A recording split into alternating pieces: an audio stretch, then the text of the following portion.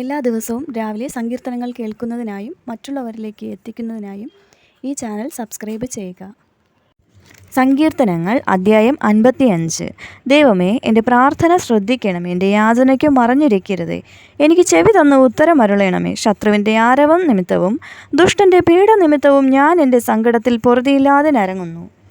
അവർ എൻ്റെ മേൽ നീതികേട് ചുമത്തുന്നു, കോപത്തോടെ എന്നെ ഉപദ്രവിക്കുന്നു.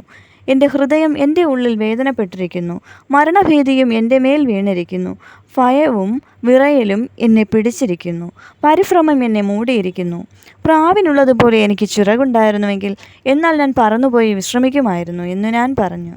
അതെ, ഞാൻ ദൂരത്ത് സഞ്ചരിച്ച് മരുഭൂമിയിൽ പാർക്കുമായിരുന്നു. കൊടുങ്കാറ്റിൽ നിന്നും പെരുങ്കാറ്റിൽ നിന്നും ബന്ധപ്പെട്ട് ഞാനൊരു സങ്കേതത്തിലേക്ക് ഓടിപ്പോകുമായിരുന്നു.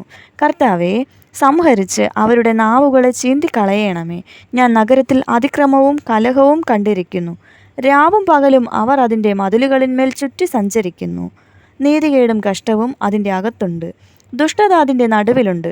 ചതിവും വഞ്ചനയും അതിൻ്റെ വീഥികളെ വിട്ടു മാറുന്നതുമില്ല. എന്നെ നിന്ദിച്ചത് ഒരു ശത്രുവല്ല. അങ്ങനെയെങ്കിൽ ഞാൻ സഹിക്കുമായിരുന്നു. എൻ്റെ നേരെ വമ്പ് പറഞ്ഞത് എന്നെ പകയ്ക്കുന്നവനല്ല. അങ്ങനെയെങ്കിൽ ഞാൻ മറഞ്ഞുകൊള്ളുമായിരുന്നു.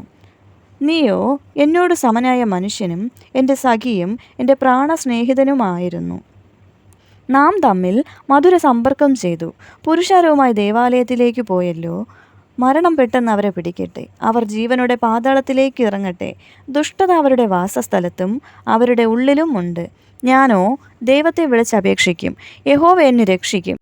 ഞാൻ വൈകുന്നേരത്തും കാലത്തും ഉച്ചയ്ക്കും സങ്കടം ബോധിപ്പിച്ച് കരയും. അവൻ എൻ്റെ പ്രാർത്ഥന കേൾക്കും.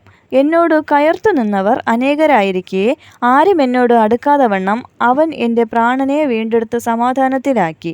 ദൈവം കേട്ട് അവർക്ക് ഉത്തരമരുളും. പുരാതനമേ, സിംഹാസനസ്ഥനായവൻ തന്നെ. അവർക്ക് മാനസാന്തരമില്ല. അവർ ദൈവത്തെ ഭയപ്പെടുന്നതുമില്ല. തന്നോട് സമാധാനമായിരിക്കുന്നവരെ കയ്യേറ്റം ചെയ്തു. തൻ്റെ സഖ്യത അവൻ ലംഘിച്ചുമിരിക്കുന്നു. അവൻ്റെ വായ് വെണ്ണ പോലെ മൃദുവായത്, ഹൃദയത്തിലോ യുദ്ധമത്രേ. അവൻ്റെ വാക്കുകൾ എണ്ണയേക്കാൾ മയമുള്ളവ, എങ്കിലും അവ ഊരിയ വാളുകൾ ആയിരുന്നു. നിന്റെ ഭാരം യഹോവയുടെ മേൽ വച്ചുകൊള്ളുക. അവൻ നിന്നെ പുലർത്തും. നീതിമാൻ കുലുങ്ങിപ്പോകുവാൻ അവൻ ഒരു നാളും സമ്മതിക്കയില്ല. ദൈവമേ, നീ അവരെ നാശത്തിൻ്റെ കുഴിയിലേക്ക് ഇറക്കും. രക്തപ്രിയനും വഞ്ചനയും ഉള്ളവർ ആയുസ്സിൻ്റെ പകുതിയോളം ജീവിക്കയില്ല. ഞാനോ നിന്നിൽ ആശ്രയിക്കും.